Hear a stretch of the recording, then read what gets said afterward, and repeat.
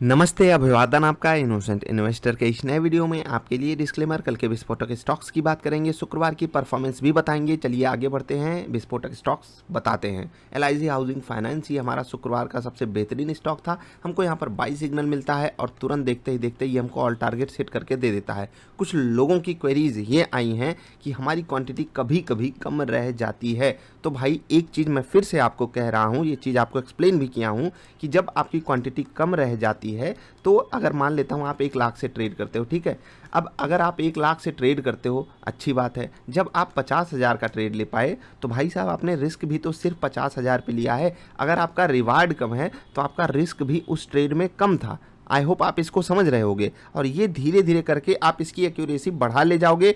आप वहीं पर पैसा लगाओगे जहां पर टारगेट आने वाला होगा। मैं ये नहीं कह रहा हूं आपसे गलतियां नहीं होंगी, क्योंकि शुक्रवार को मुझसे भी गलती हुई और ये लगातार गलतियां होती रहेंगी, लेकिन एक्यूरेसी आधे आधे परसेंट, 1-1% करके बढ़ती रहेगी, जो कि लॉन्ग रन में आपको बहुत बड़ा बेनिफिट देने वाली है। तो जिनके पास भी सेटअप है वो इस चीज़ से कभी निराश ना हो कि कभी कभी बहुत जल्दी टारगेट आ जाता है, हम पूरा ट्रेड नहीं ले पाते हैं, पूरी क्वांटिटी नहीं हो पाती है। कोई बात नहीं, आपकी क्वांटिटी नहीं हो पाती है तो आप रिस्क भी कम ले रहे हो, ऐसा आपको समझना चाहिए, ठीक है। उसके बाद बात करेंगे ICICI प्रू लाइफ की। यहाँ पर भी हमको बाई सिग्नल मिलता है और याद रखिएगा 576 रुपये 20 पैसे से ऊपर का आपका एवरेज जो है वो नहीं होना चाहिए था किसी भी कीमत पर। अगर आपने इतने का एवरेज रखा है तो हर कीमत पर आपका टारगेट 1 आराम से आया है बिना किसी दिक्कत के। इवन उससे बड़ा भी नंबर आ चुका था। यहाँ पर कुछ लोग तो 1% के आसपास एग्जिट भी करते हैं, उनको भी पूरा मौका मिल गया। फिर से ये स्टॉक कॉस्ट के आसपास रिट्रेस किया, फिर से वहीं गया टारगेट 1, फिर से रिट्रेस किया, फिर से टारगेट 1।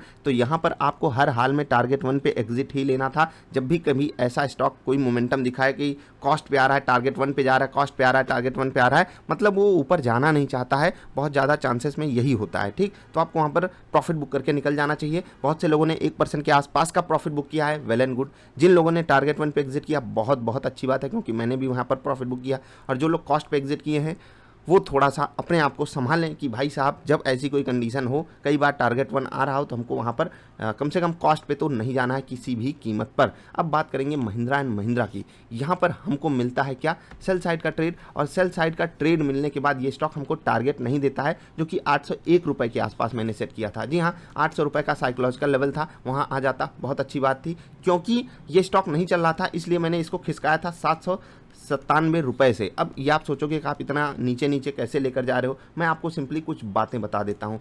808 रुपये के आसपास मेरा एवरेज था, ठीक। अब 8 रुपये मेरा टारगेट हो रहा था 800 रुपये, 1.2 हो रहा था मेरा कितना, लगभग 797 रुपीज़। अब क्योंकि ये स्टॉक मोमेंटम ही नहीं कर रहा था, ऊपर भाग जा रहा था, फिर से नीचे आ रहा था, फिर से, मतलब इसके पास काफ़ी तगड़ा सपोर्ट मुझे दिखाई दे रहा था, इसलिए मैंने टारगेट लगाया था 801 रुपये का। वो भी अचीव नहीं हुआ। ये स्टॉक 3 बजे के आसपास लगभग 804 रुपये के आसपास ही, मुझे एग्जैक्टली याद नहीं, लेकिन मैं 804 रुपये के आसपास ही एग्जिट किया, जो कि 0.5% के आसपास होता है। तो यहाँ पर भी हमें कोई तकलीफ हुई नहीं।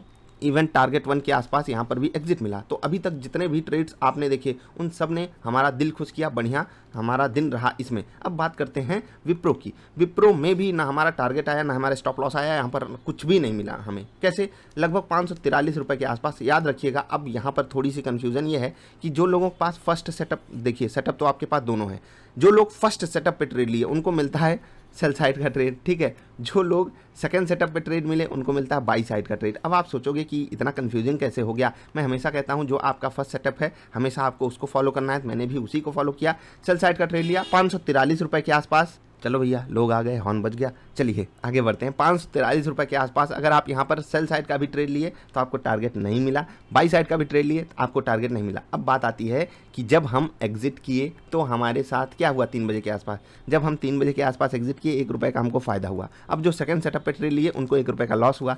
तो अब क्या किया जाए, यहाँ पर हम बात न्यूट्रल रखते हैं, यहाँ पर कोई कैलकुलेशन नहीं करते हैं। मुझे फ़ायदा हुआ था, लेकिन इसका ये मतलब नहीं कि आपने भी फर्स्ट सेटअप पे ट्रेड लिया, क्योंकि आपको भी लगा होगा बड़ा कन्फ्यूजिंग सा माहौल बना रही हैं शुरू की कुछ कैंडल्स और स्टॉक जो है एक अजीब सा बिहेवियर दिखा रहा है। तो हम सेकंड सेटअप जो कि ज़्यादा मतलब भरोसेमंद है उस पर ट्रेड लेते हैं। तो आपकी भी कोई गलती नहीं थी, हम इसको बिल्कुल कॉस्ट टू कॉस्ट मानते हैं। और बिल्कुल उसी सिनारियो में, जिस सिनारियो में हम ICICI प्रू लाइफ में आपको टारगेट 1 पे एग्जिट करने की सलाह दे रहे हैं, जो कि 1% के आसपास भी मोमेंटम दिखाया था। अब सबसे बेकार ट्रेड मेरा था, मेरे केस में था, मोस्ट ऑफ यू के केसेस में नहीं है ये आपके लिए बेकार ट्रेड। क्यों? क्योंकि मुझे यहाँ पर बाई साइड का ट्रेड मिलता है। भाई साहब ये जो होता है ना, ये मैं आपको इसलिए बताता हूँ और अपनी इज्जत को दांव पर लगाकर इसलिए बताता हूँ, बहुत ध्यान से सुनिएगा। यही आपने देखा होगा कि 1-2 हफ्ते में 2-3 बार ऐसा मेरे साथ हो जाता है कि एग्जैक्टली बस हमारा स्टॉप लॉस हिट होता है। मैं आपको जो बता रहा हूँ, शायद आप 325.5 ये आपके साथ कभी हो ना ऐसा, ये मेरा स्टॉप लॉस था, जो कि ये वीक देख रहे हो ना, बस वही मेरा स्टॉप लॉस था और हमें बाई साइड का ट्रेड मिला था। अगर मैं इस कैंडल का, इस रेड कैंडल का वेट किया होता तो मेरा एवरेज और अच्छा होता। हमें किसी कीमत पे स्टॉप लॉस नहीं देते, फिर हमारा स्टॉप लॉस डे लो का होता, किसी कीमत पे नहीं। और स्टॉक देखिए कितना बढ़िया, कितना बेहतरीन चला है। मैं ये बात आपको इसलिए बता रहा हूँ क्योंकि आप भी ये सीख सको कि किसी भी फॉर्म में हो आप, कुछ भी आप कर रहे हो, कितनी भी ज़्यादा एक्सपीरियंस आपने ले ली हो बाजार की, कितना भी एक्सपीरियंस लिया हो, आपको बाजार गलत प्रूफ कहीं ना कहीं करने वाली है। जो होशियारी में एलआईसी हाउसिंग फाइनेंस में दिखा गया कि जल्दी से ट्रेड लेके जल्दी से टारगेट हिट कराओ, वही लगभग मुझे लग रहा था टाटा मोटर्स में भी वॉल्यूम देख करके, क्योंकि यहाँ पर बहुत बेहतरीन चीज़ें हो रही थी। वॉल्यूम एनालिसिस वाली वीडियो आपने देखी होगी, तो वो हमारे काफ़ी ज़्यादा फेवर में थी, लेकिन वो कहाँ पर सपोर्टिव हुई, यहाँ पर हमको स्टॉप लॉस देने के बाद। और ये स्टॉप लॉस हंटिंग हमेशा होती है बाजार में। मेरे साथ वर्स्ट केस सिनेरियो था यहाँ पर। अब मैं यहाँ पर आपसे कुछ नहीं कहना चाहता, सिर्फ ये कह रहा हूँ कि अगर ये भी टारगेट हमको मिला होता तो हमारा बहुत ही परफेक्ट डे जाता। मेरे केस में नहीं गया, आपके केस में आप में से बहुत से लोगों को टारगेट मिला है, जिन लोगों ने डे लोज के आसपास का स्टॉप लॉस लगाया। मेरा स्टॉप लॉस मैंने आपको बताया 325 रुपये 50 पैसे था, जो कि हो सकता है मेरा वर्स्ट डिसीजन था उस दिन का, क्योंकि मुझे खुद पता है कि ये साइकोलॉजिकल लेवल्स होते हैं। थोड़ा 10-20 पैसे नीचे लगाते, 10-20 पैसे अगर ऊपर होता मेरा स्टॉप लॉस, मुझे लगता है यार चलो 3-4 कैंडल्स वहाँ थी, हाँ मेरी गलती थी। लेकिन जब एक वीक आपका स्टॉप लॉस आपका कॉन्फिडेंस तोड़े तो वहाँ पर दिक्कत होती है। फिर से वही बात, इसलिए बताया कि आप भी संभलो, आप भी समझो कि ये बाजार सिर्फ रूल्स रेगुलेशंस और जो इंट्राडे सेटअप में आपको बातें बताई गई हैं ना, उनको सम्मान देती है। लॉन्ग रन में, शॉर्ट टर्म में आप कितने भी सही हो, आपको बाजार तमाचा मारेगी, सही करेगी। भैया आप गलत थे, आपको वेट करना था रिट्रेसमेंट का, तब आपको हम टारगेट देने के लिए तैयार खड़े थे। आई होप आप समझोगे। सब लोग, जितने भी लोगों ने ट्रेड किया है शुक्रवार को, specially Tata Motors, LIC housing finance और आईसीआईसीआई प्रू लाइफ में आपने क्या किया वो ज़रूर बताइएगा, ठीक है। कुछ लोग ट्रेड्स नहीं शेयर कर रहे हैं कि जब से हमने आपको बोला कि 1 तारीख तक वो करना है। ट्रेड्स आपको लगातार शेयर करते रहना, क्यों? आप ये मत समझो कि इससे मेरा कोई फ़ायदा हो रहा है, आप खुद का फ़ायदा कर रहे हो। आप एग्ज़ाम देने जाते थे तो खुद का फ़ायदा होता था आपका, समझ रहे हो ना। खुद प्रैक्टिस जो कर रहे हो, खुद जो आप काम कर रहे हो, वो आप शेयर क्यों नहीं कर रहे हो, ये भी तो सोचो। मतलब मैंने देखा 80% शेयरिंग कम हो गई। सबको बस चाहिए नया सेटअप मिल जाए किसी तरह, उसके बाद फिर हम आज़ाद हैं। आपको 5 मिनट लिखा नहीं जा रहा है। मैं कहता हूँ हफ्ते में एक दिन 20 मिनट निकालो, इतना तो होगा आपके पास, और सारे ट्रेड्स को रिव्यू कर लो, उसको लिख लो एक पेज में, वो पेज की फ़ोटो ईमेल कर दो, हमें भी समझ में आए आप कहाँ गलती कर रहे हो, आप हमारे साथ कहाँ थे, आप हमारे से दूर कहाँ पर हो गए, आपको पता चले उस सेटअप में क्या दिक्कतें हैं, हम उसको धीरे धीरे सॉल्व करें, जिससे कि एक नया से नया बंदा भी उसको सीख सके। आई होप आप समझ रहे होगे और ये चीज़ करोगे। तो जो भी लोग ट्रेड शेयर करना बंद किए हैं उनसे फिर से रिक्वेस्ट है, हाथ जोड़ के रिक्वेस्ट है कि अगर आपके पास मौका हो 20 मिनट का हफ्ते में, तो ये काम जरूर कीजिएगा। अब कल के विस्फोटक स्टॉक्स की बात करते हैं। इंडसइंड बैंक, जी हाँ, 1010 के लेवल के ऊपर नीचे बढ़िया यहाँ पर आपको ट्रेड मिलेगा। बहुत बेहतरीन स्विंग सपोर्ट भी है और रेजिस्टेंस नहीं कह सकते इसको, क्योंकि रेजिस्टेंस 1013-1014 रुपये तक है, वहाँ इसको ये स्टॉक बहुत प्यार से पार कर जाएगा। लेकिन सपोर्ट बहुत तगड़ा है ये, जी हाँ, सपोर्ट बहुत तगड़ा है। 1007-1008 का लेवल। अब आप सोचिए 1007 से 1013 के बीच में एक जोन है जिसको ये पार करके बढ़िया मोमेंटम दे सकता है। सेटअप पे ट्रेड लीजिएगा। अगर कोई डेटा ऐसे बन के आ रहा है कि 1007 के आसपास सेल सिग्नल मिल रहा है, थोड़ा वेट कर लोगे, 1013-14 के आसपास बाई सिग्नल मिल रहा है, थोड़ा सा वेट कर लोगे तो वेल एंड गुड रहेगा। अदरवाइज आप सेटअप पे ट्रेड लीजिए, पूरी जिम्मेदारी सेटअप की होगी।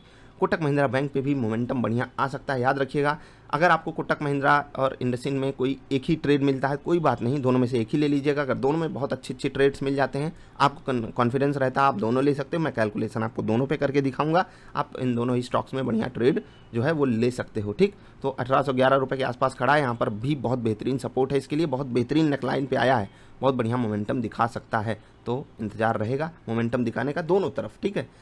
HCL टेक, ये स्टॉक एक मतलब रिट्रेसमेंट दिखाया है, कह सकते हैं बाउंस दिखाया है और उसके बाद गिरने की तैयारी कर रहा है। बस अच्छी बात यहाँ पर ये है कि वॉल्यूम इस गिरावट के पक्ष में एक्चुअली है नहीं।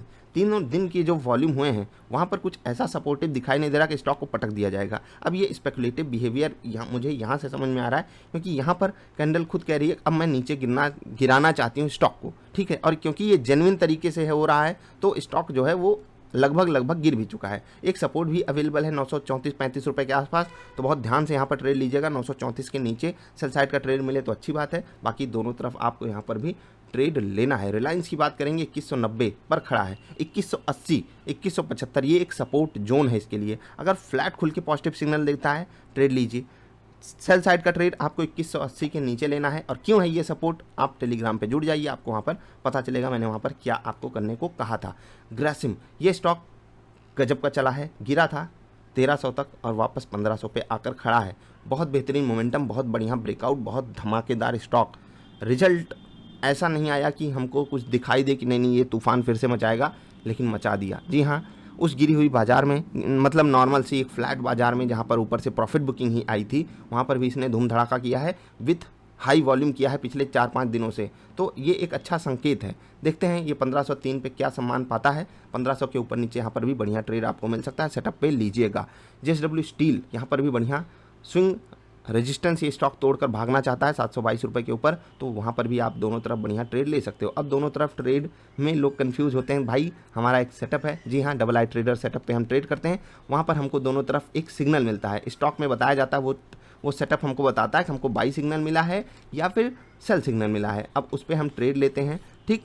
तो ये सेटअप आप वेबसाइट के थ्रू अगर ज्वाइन करना चाहते हो कर सकते हो। अगर आपको नहीं ज्वाइन करना है तो आप हमारी पिवट पॉइंट वाली वीडियो देख लीजिए, इस पे आप ट्रेड कर सकते हो, या फिर हमारी सुपर ट्रेंड वाली वीडियो देख लीजिए, इस पे आप ट्रेड कर सकते हो। लगभग एक्यूरेसी एग्जैक्टली इतनी नहीं हो पाएगी, लेकिन आपको प्रॉफिटेबल ये भी बना सकता है, ये भी बना सकता है अगर आप आराम से ट्रेड करते हो तो।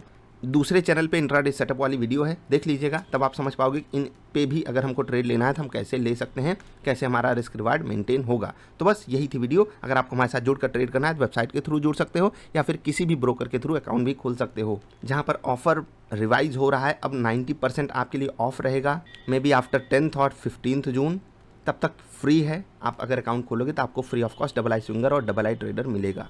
अभी के लिए इतना है, मिलेंगे फिर से। वीडियो देखने के लिए आपका बहुत बहुत आभार। कल की बाजार कहाँ खुलेगी उसकी वीडियो थोड़ी देर में आएगी, इंतजार कीजिएगा। नमस्कार।